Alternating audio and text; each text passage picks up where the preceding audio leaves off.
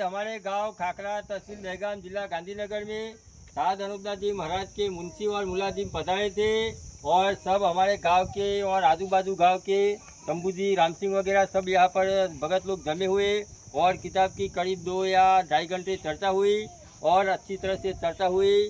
जो कोई बात एक दूसरे से नहीं जानते थे वो जानी, नहीं समझते थे वो समझी और सोचा समझा और फिर विचार किया कि भाई काम तो करना पड़ेगा। ऐसे बुरे हालात में भी हम काम नहीं करेंगे तो ये पाप किस तरह से छूटेगा।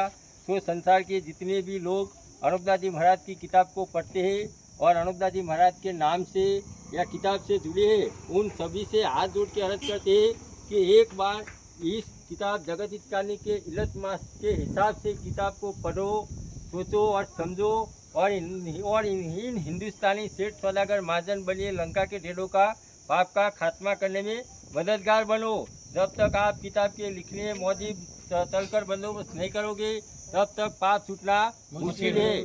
और इस किताब 273 के सिवाय जो भी संसार में जो किताबें अनुपदास जी महाराज के नाम से चल रही है, कोई और विधि चले है, कोई और जाल चला है, वो सब बनियों का चलाया हुआ जाल है। इस जाल से अनुपदास जी महाराज का कोई वास्ता नहीं है। ये सिर्फ और सिर्फ हिंदुस्तानी सेठ सौदागर महाजन बनियों का चलाया हुआ जाल है।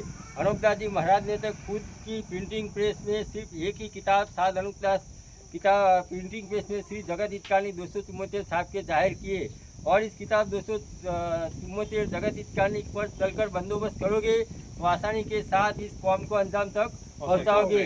जय परमेश्वर।